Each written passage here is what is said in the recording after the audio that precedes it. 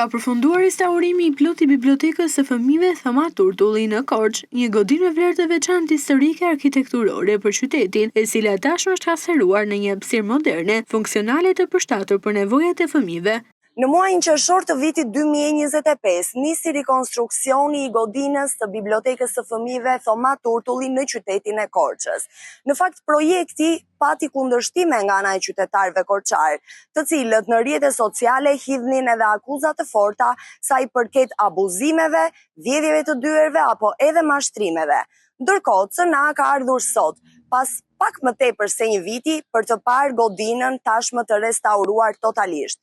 Ajo që do të përcjellim për shikuesit është pikërisht godina e re, ku fëmijët do të jenë në ambiente më moderne dhe po ashtu me teknologji më të avancuar. Për Breza Merak, kjo ka qenë biblioteka ku fëmijët e Korçës kanë ardhur për të marrë një libër, për të lexuar e për të zbuluar botën përmes dijes, e ndërtuar fal kontributit të filantropit Thoma Turtulli e dedikuar fëmijëve të qytetit. Biblioteka tashmë ka marrë një pamje të rëndësishme të re pas përfundimit të restaurimit të plotë të godinës, por ky projekt që nisi u shoqërua nga me debate e akuza në rrjetet sociale. Disa qytetarë korçar kundërshtuan ndërhyrjet në godinë, duke ngritur pretendime për abuzime, mashtrime e deri tek akuza për vjedhje të dyerve të të bibliotekës. Në atë kohë pikpyetjet e akuzat u shoqëruan me reagime të shumta në rrjetet sociale, ndërsa projekti u vu në qendër të diskutimeve publike. CNA raportoi asaj kohe mbi projektin e ndërhyrjes që do të kryheshin në godinën historike. Sot pas përfundimit të punimeve, godina flet vet, investimi me një fond për 250 milionë lekë të vjetra, përfshi restaurimin e plotë të bibliotekës e jo thjesht ndërhyrje në fasadë apo në çati.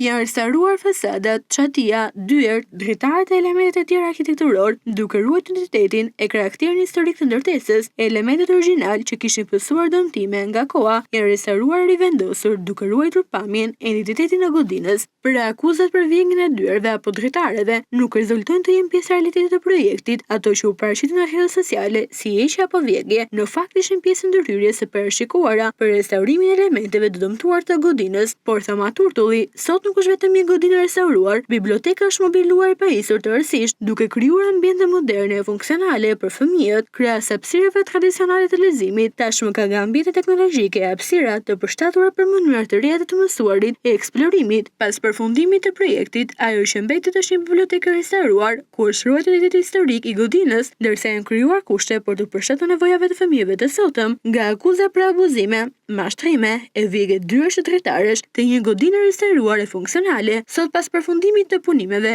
projekti mund të shihet në realitet e jo përmes pretendimeve të bërë në rrjetet sociale. Biblioteka Thoma Turtulli rikthehet te fëmijët e Korçës, duke ruajtur historinë e saj e duke hapur një kapitull të ri për brezat që do të vinë.